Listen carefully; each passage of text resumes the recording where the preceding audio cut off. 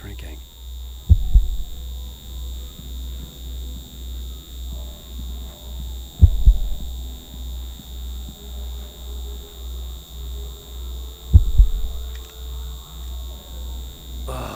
The sunglasses made the world look bearable. Now I could keep my eyes open without feeling like a vampire in the sun.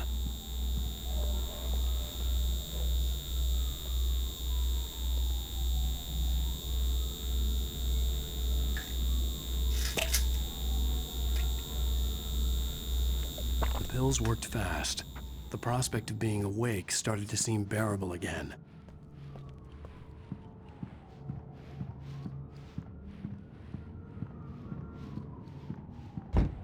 There was a message waiting for me on the machine. You have one new message. Al! Are you still asleep? Wakey, wakey!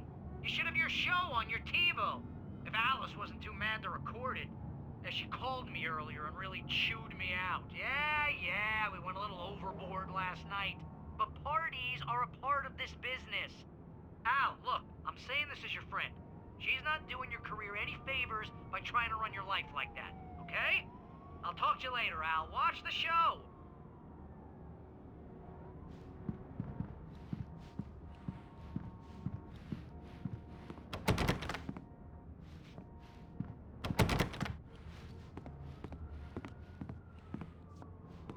I'd been a guest on the talk show the previous night, talking about my latest book. The show was supposed to be waiting for me on our TiVo. Ladies and gentlemen, welcome back to the Harry Gallic Show. Thank you, everybody. We have a great show tonight. I've been talking with the best-selling author Alan Wake about his new book, The Sudden Stop. Yeah, good read. Go buy it. No, it is a good read. Look, I'm gonna be honest here. Is that wise? No, but I'm gonna do it anyway. I got people who give me the lowdown on books. I'm a busy guy. But this one, I actually read from cover to cover. I mean, I'm a big fan. Wow, thanks. Now, this might be a spoiler for those who haven't read the book yet. Based on the sales figures, the 2 people out there who haven't read the book yet. But this last book is all about the death of the main character, the hard-boiled New York detective, Alex Casey.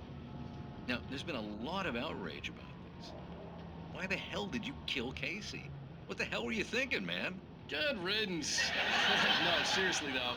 7 years and 6 books is a long time. He was a gloomy guy to spend all your working hours with, and it was a good run. But it's time to explore new things. My next book will be a departure from the old for me. You selfish bastard, always thinking of yourself. Well, you've certainly given us a lot of entertainment over the years. And now that you mention it, Casey was a gloomy guy. Never had much luck with his love life with the ladies. Was that autobiographical in any way? Yeah, no kidding. Casey's lady friends tended to die on him. With Casey, it was all about his pain. No, nothing autobiographical about that. I'm a happily married man. My wife is my muse. Well, congratulations. That's great to hear. So, how's the publicity tour been treating you? Good, great. But I gotta say, I'm glad to be back home in New York. Well, you've certainly been on the news a lot lately. Lots of parties and, you got into a fight with some paparazzi. Oh, man. Well, that guy was really in my face. I lost my temper. I know that wasn't cool. You are famous for that temper. Well, I did also write several books. Well, your latest novel is called The Sudden Stop, and it's in bookstores now. Go get it. That means the 2 of you out there who haven't bought it yet. Ladies and gentlemen, that's all we have for you tonight. I want to thank all our guests for the evening. Alan Wake, Sam Lake. Once more, do the face for a Sam. And our musical guests, Poets of the Fall. Thank you. At least I'd been funny. I told myself I could live with that. Hey, honey. Did you watch the show? I didn't say anything stupid if that's what you want to know. Okay, Grumpy. You want an aspirin or something? Are you going to start with me about drinking now? You know what? Go back to sleep, Alan.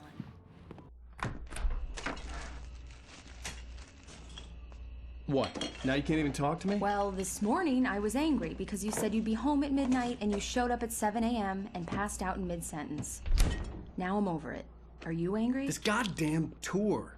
It's gotten out of hand. Oh, honey. It's almost over, right?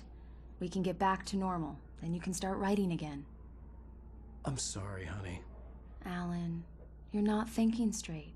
Just take a shower and go back to bed, huh? Yeah, you're right, honey. I'm sorry. Once this is over, let's go away together. A vacation. Just you and me. Some peace and quiet.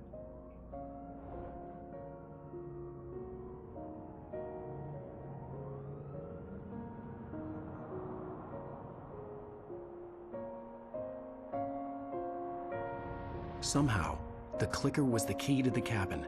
I had to return to Cauldron Lake to save Alice.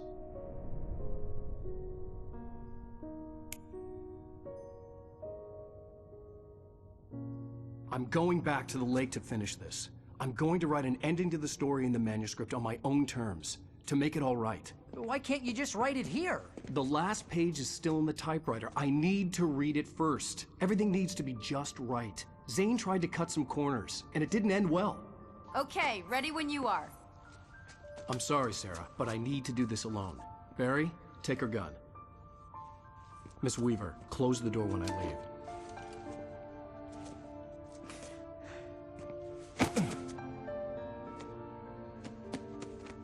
Good luck, Al. See you later.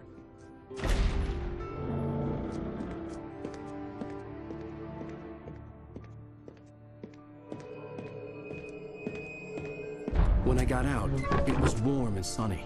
I'd flicked the switch of the clicker. Had it done this? I didn't stop to question it. I had to take advantage of the sunlight to get to the lake. On Zane's page, I'd stood on the rim of Cauldron Lake, about to use the clicker. That's where I was headed.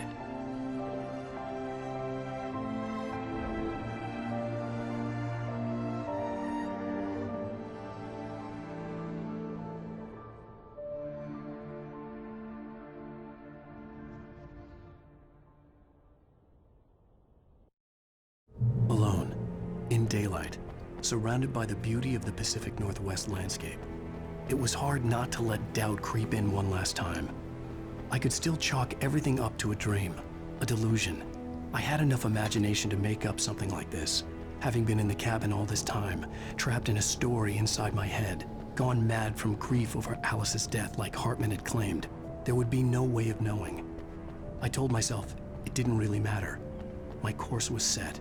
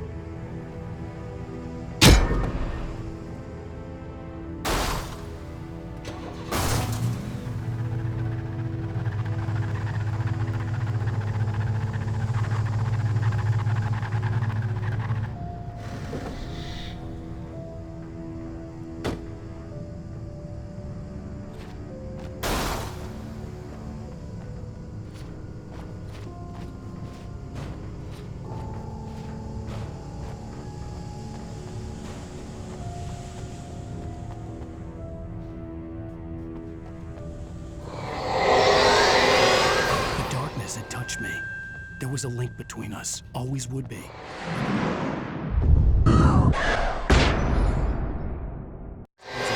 Getting closer.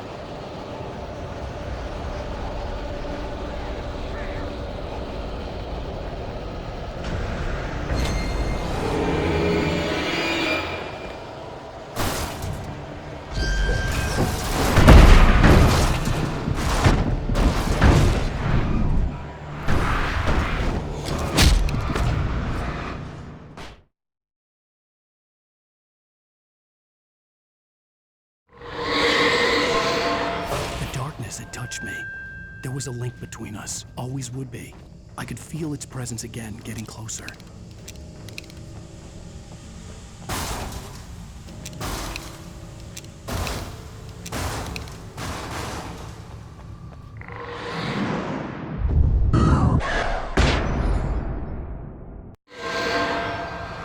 I will kill your wife.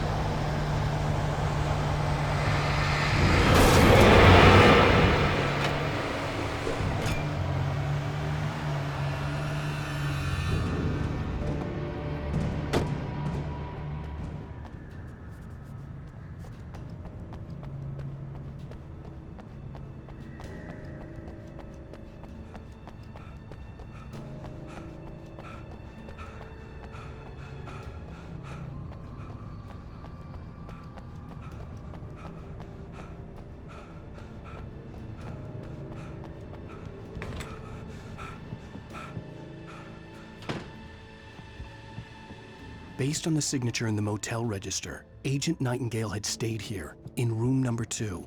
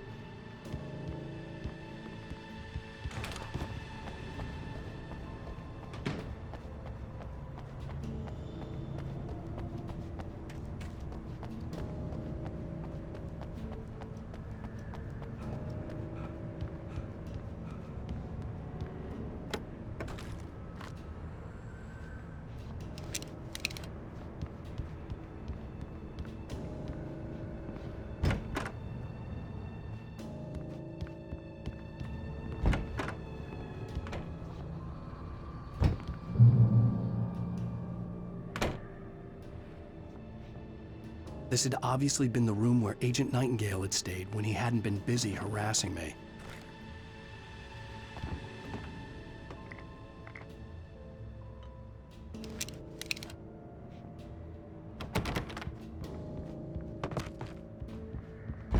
Look after yourself and your workers. Could have fooled me now.